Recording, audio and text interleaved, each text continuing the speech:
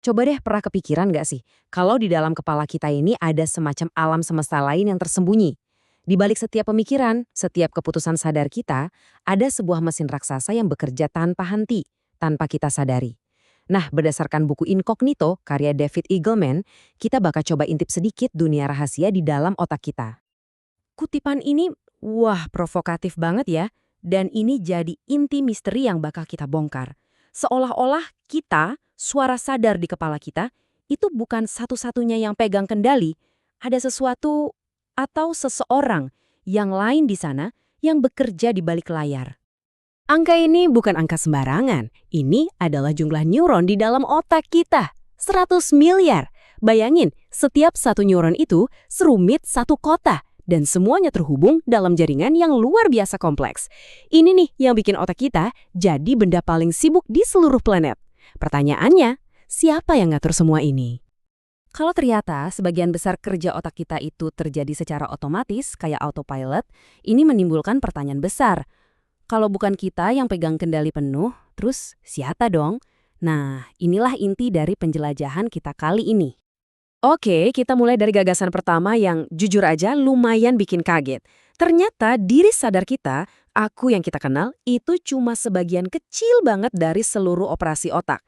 Sebagian besar dari apa yang kita lakuin, kita pikirin, dan kita rasain, itu semua di luar kendali sadar kita. Analogi dari buku ini pas banget buat ngegambarin situasinya. Coba bayangin kesadaran kamu itu lagi santai-santai di dek kapal.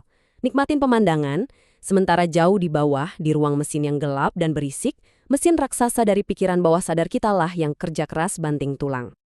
Nah, eksperimen ini nunjukin gimana mesin bawah sadar kita bekerja. Jadi, para pria dalam penelitian ini sama sekali nggak sadar kenapa mereka milih foto itu. Mereka nggak mikir, oh saya pilih ini karena pupilnya lebih besar. Nggak gitu, mereka cuma ngerasa lebih tertarik, dipandu sama sinyal biologis kuno yang sama sekali nggak mereka sadari. Artinya apa? Artinya otak kita itu terus-menerus bikin keputusan pakai mode autopilot, pakai pengetahuan yang udah terprogram, yang nggak pernah bisa kita akses secara sadar. Otaklah yang memilih, kesadaran kita cuma numpang ikut aja. Oke, jadi pikiran sadar kita itu bukan kapten kapal. Tapi tunggu dulu, kejutannya belum selesai.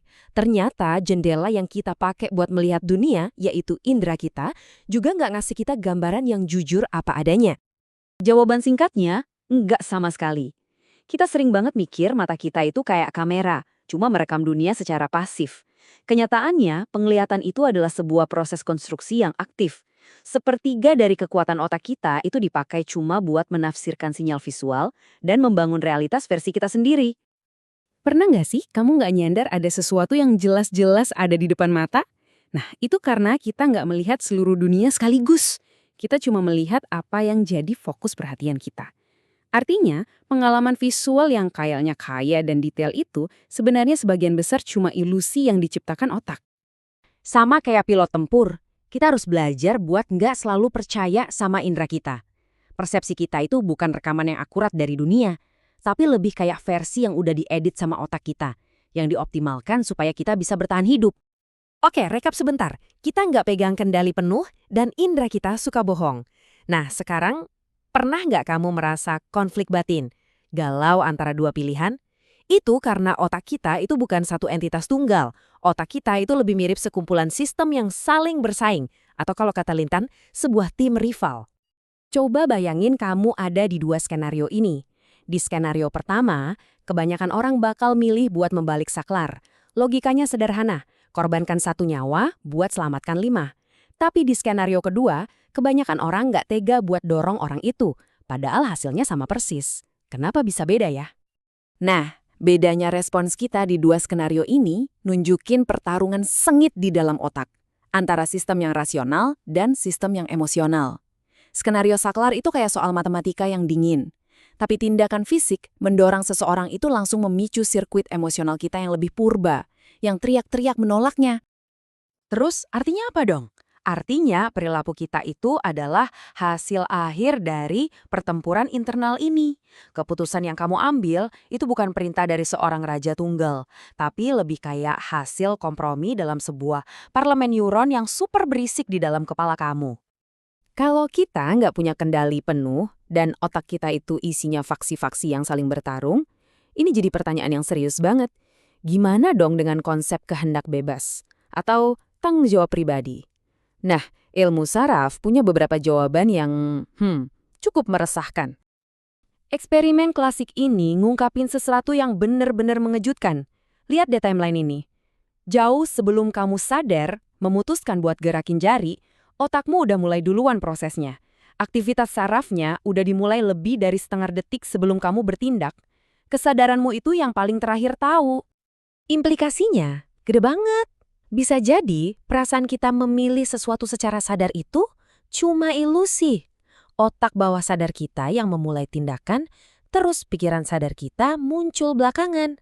Kayak baca judul berita tentang keputusan yang udah dibuat, terus kita ngambil kredit seolah-olah kita yang mutusin dari awal. Dengar semua ini mungkin bikin kita agak-agak gelisah ya, kayak kita kehilangan sesuatu yang penting. Tapi buku ini ngajak kita buat lihat dari sudut pandang lain. Ini bukan sebuah kehilangan, tapi penurunan tahta ilmiah besar berikutnya. Sebuah revolusi yang pada akhirnya justru memperluas dunia kita. Setiap kali sains menunjukkan kalau kita ini bukan pusat dari segalanya, awalnya emang terasa kayak sebuah kehilangan. Tapi setiap penurunan tahta ini justru membuka pemahaman yang jauh lebih besar dan lebih menakjubkan tentang realitas. Memahami pikiran bawah sadar adalah langkah berikutnya dalam perjalanan ini, menggantikan ego dengan rasa takjub. Jadi, kita sampai di pertanyaan pamungkas. Nasihat kuno untuk mengenal diri sendiri tiba-tiba jadi jauh lebih rumit kan? Mungkin pengenalan diri yang sejati itu bukan cuma soal introspeksi, tapi juga soal memahami mesin luar biasa yang bekerja tanpa henti di bawah permukaan sadar kita. Karena apapun yang kamu pikirkan tentang dirimu, apa yang ada di dalam kepalamu jauh, jauh lebih besar dari itu.